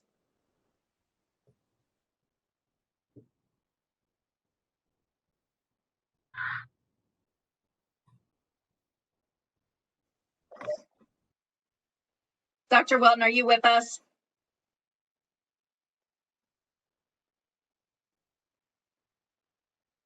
If you can hear us, please chime in at any point. Kamra, if you're there, I'd love to hear your thoughts on what you think we can be doing immediately in terms of actions to take as anti-racist leaders. Okay. Well, being an anti-racist leader is stressful. Like I was saying before, it's very hard. And when you take that leadership, I think a phrase my mom used to say, the dogs come out, right? So, and when she meant that, she meant white supremacy, right? And systemic racism comes from so many different avenues. So, for one, you need to be strong. You need to, you have to not let everything sink in, right? Because things are going to be coming at you from all different ways. Once people find out that you are a co-conspirator, right? So with that parent that we were talking about a few minutes ago, how they're the only one, you need to be a co-conspirator with that parent. Like, you really have to jump on board and be with them. You can't co-conspirator from across the street. You actually have to be right there with them, in the mud with them. And that's the only way that they are going to feel comfortable enough to continue to share. Because without hope, right, it's hard, right? And you would think, like, hope is something that Black people have proved in history to be really, really resilient with. I mean, we sat there and prayed and hoped and prayed for 400 years, right? We continue to do that, right? And then we continue to do that same thing now today. But you need to have like I said before, you need to have thick skin. You need to be a co-conspirator with anybody that's thinking or talking this anti-racist thing with you, right? Because it's, like I said before, it's more than to be just not racist. Like, a lot of times people, I'm not racist. But in actuality, right, most of the people that say that they're not racist, they are racist, right? And most of the people that say, oh, well, I don't see color, actually see color, right? So you got to understand, you have to connect with the right people. It's easy to see somebody, that can act a certain way, but you have to see through people, right? And as long as you talk the the anti-racist talk with them, you can feel them out, right?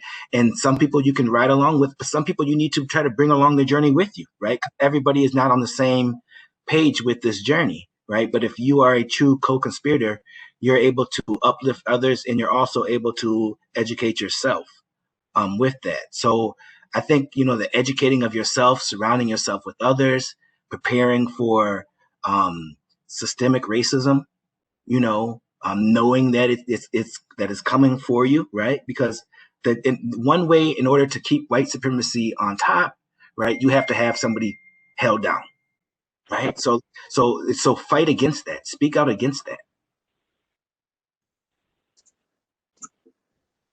So those are some of my things that come to mind, right away. So. Okay, we have AJ now. She's unmuted, so she should be able to go now.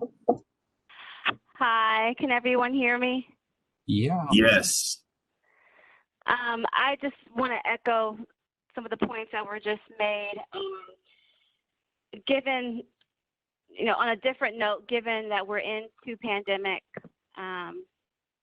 And those of us who identify with racial minoritized groups, this is, you know, obviously a very emotional time for us.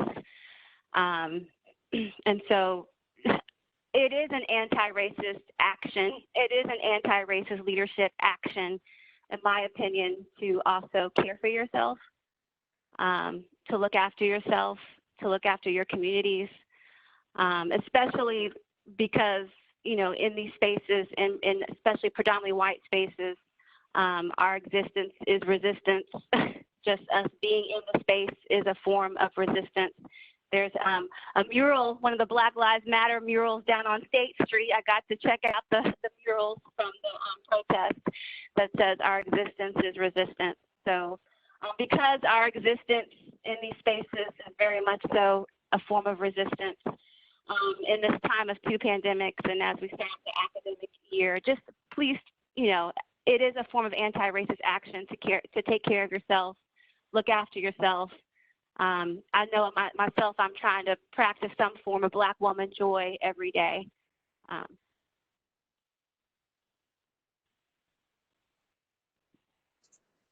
Thank you. Thank you, Dr. Welton. Thanks for your flexibility with our technical issues. I love that you ended with practicing Black woman joy daily and bringing up self-care as sort of an act of anti-racism in and of itself. Wanted to make space just in these the next 3 minutes or so for either Nicole, Farah, and or Tony to offer any action items.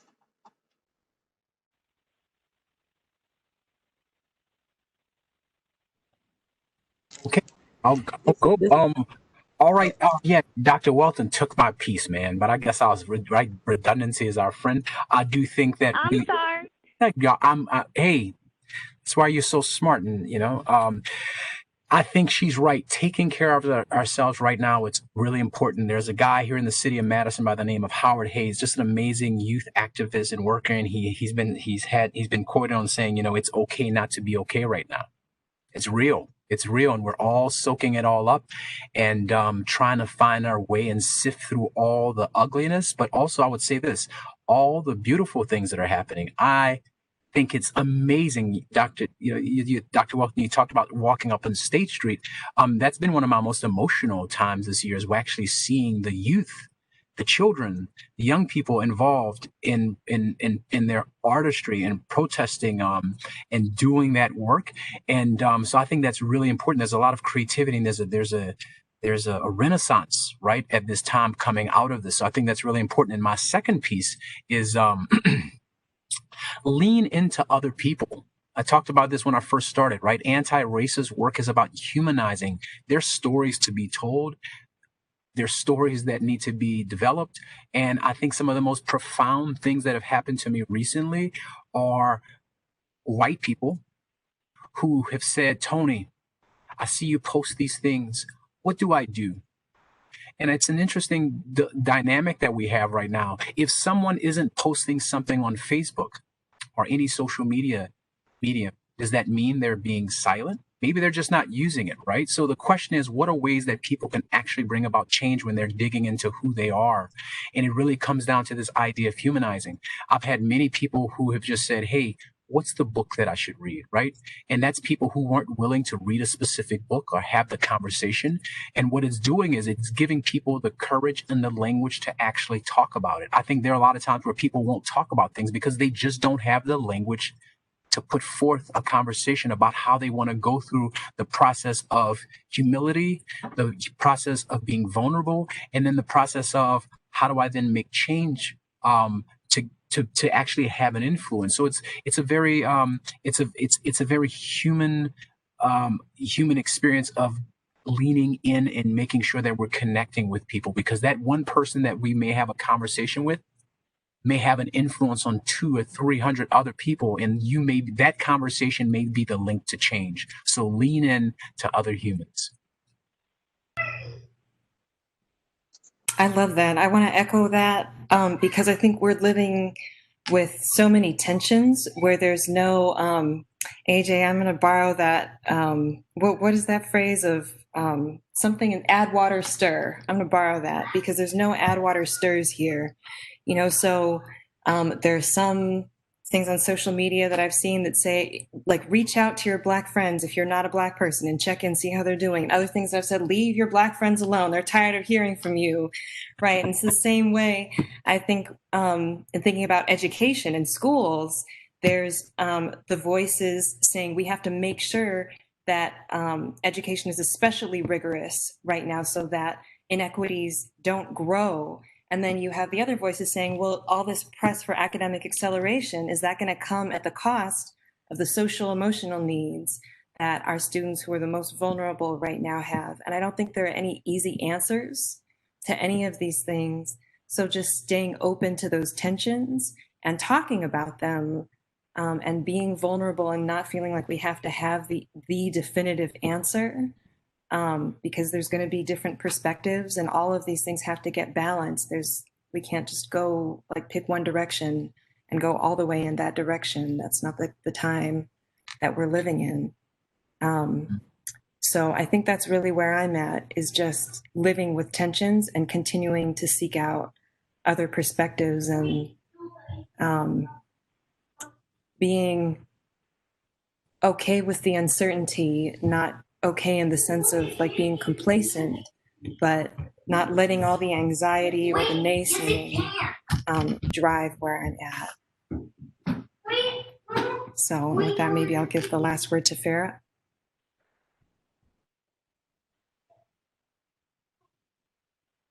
I'm here. You guys, y'all summed it up for me. I mean, you've done everything you said was great. I couldn't say it any better.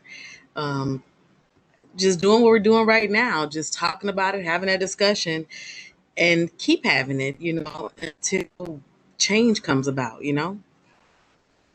don't know of a specific action, but it looks like this is a good start. I know I'm just joining, but already been going on. So I'm grateful. Keep learning, to keep being encouraged, and standing and being an advocate.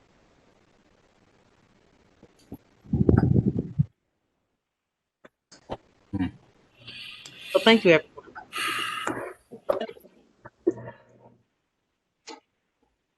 Thank you, Farah. Dr. LaVar Charleston is going to offer us some closing thoughts, and then WebEx will orient everyone to a survey that's really short. We just want to hear what worked for everyone and what other feedback we can offer you. Because like Dr. Charleston said at the top, this is the first of 4 offerings, and we're here for you, and we'd love to have your feedback. So thank you all for sharing your thoughts, your experiences, and your expertise with us during our first Real Talk, Real Change Symposia series on leading anti-racist school communities. If you experienced this symposia like I did, we engaged in some very rich and important dialogue, including within the chat, and could have likely continued for at least another hour. I'm thrilled that we were able to bring a group of people together, education scholars, practitioners, administrators, teachers, parents, community members together on this virtual platform to share our ideas and enhance our understanding of leadership for anti-racist school communities by really absorbing the expertise and experiences of our colleagues, friends, of our neighbors within this group. Principal Dugas reminded us that if we care about race work and racial justice, then we never stop learning, right? As we have never arrived. We must humanize this work, and we have to embrace the complexity of this work to stay ahead of it.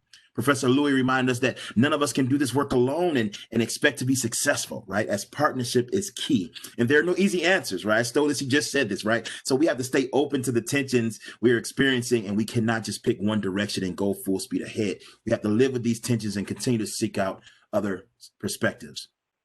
Carmen Stovall provided us lessons in history, right? And posed a very important question: what matters to us? Farah Johnson expressed to us that it truly takes a village to raise a child, and we must enhance our communication for the good of all of our children. Professor Welton reminds us that each community has its own context and racial learning that it needs to reckon with, and it's important to do that learning together. And that we need to spend more time on the communities that haven't been served and less time on the feelings of majority communities. These sorts of sessions enable us to understand the subject and equip us with tools for commitment, action, and accountability. It helps us to solve problems. It helps us to improve our listening, our confidence, and importantly, enable us to reflect on the values of shared experiences, the strength of community, the value of solidarity, and our ability to utilize one another as resources, and importantly, reflect on our own practices that either contribute to systemic racism or actively work against it. We'll continue to have these types of spaces where we can effectively demonstrate support. You've heard it mentioned earlier today a few times, but giving us the opportunity to learn and grow from one another. In fact, our next RTRC symposia is slated for October the 1st, and we'll dive into the subject of health equity in the era of COVID-19. So you won't want to miss that one either. Thank you again to all the panelists, to the great facilitation job, Dr. Barker and Rich Halverson and Dr. Uriel Lashley as well. We thank you all, good doctors, for your work and hard work behind the scenes on this. If you all knew what we were all doing behind the scenes, you would be impressed, this small operation. But to all who participated in this event, everyone who asked the questions, answered the questions, folks who were just listening and learning, right? We thank you again. And I want to give another special thanks to the Wisconsin Center for Education Products and Services, known as WICEPS, and the School of Education's Impact 2030 initiative for sponsoring this event and helping to make this all possible. We are truly, truly, truly, truly grateful for that generosity. And I also want to take a small moment, she's going to be really mad at me, to recognize our Dean, Dr. Diana Hess, who is here with us today as a participant, right? And she's probably going to be mad because that I called her out. She literally told me not to do that. But she has demonstrated exemplary leadership as we, as a school, continue to commit to and promote action and accountability and commitment in our efforts to stand against racism in all of its forms and stand for social justice. So again, Dean Hess, thank you for your leadership. We now know, maybe perhaps better than we did before we started the symposium, that a commitment to being anti-racist manifests in our choices. When we encounter racism, whether obvious or covert, there are ways in which we can respond to interrupt that, right? Ultimately, action is the key difference between being not racist and being anti-racist. And while many these days might interpret action as protesting or what have you, there are many other actions, as we've heard today, some small, some larger, but all necessary actions that people can take in their own lives, their own practices, their own teaching, their own pedagogy, their own learning, that promote equity over time, challenging our assumptions, diversifying our curriculum, diversifying our bookshelves, collaborating with more people of color, working in our community with people of color, asking questions when confronted with and challenging racist ideas, actions, and or ideology. As a community, we can all utilize each other to hold ourselves accountable and ultimately become closer to eliminating our blind spots as it relates to race and racism. So in closing, and folks who know me know I use this all the time because it's my favorite. One of my favorite quotes is by Margaret Mead, who was one of the mothers of the feminism movement. And she said, "Never doubt that a small group of thoughtful, committed citizens can change the world. Indeed, it's the only thing that ever has." Thank you all again for coming, and have a blessed and good evening. And I think you'll be directed to a survey right now on our platform.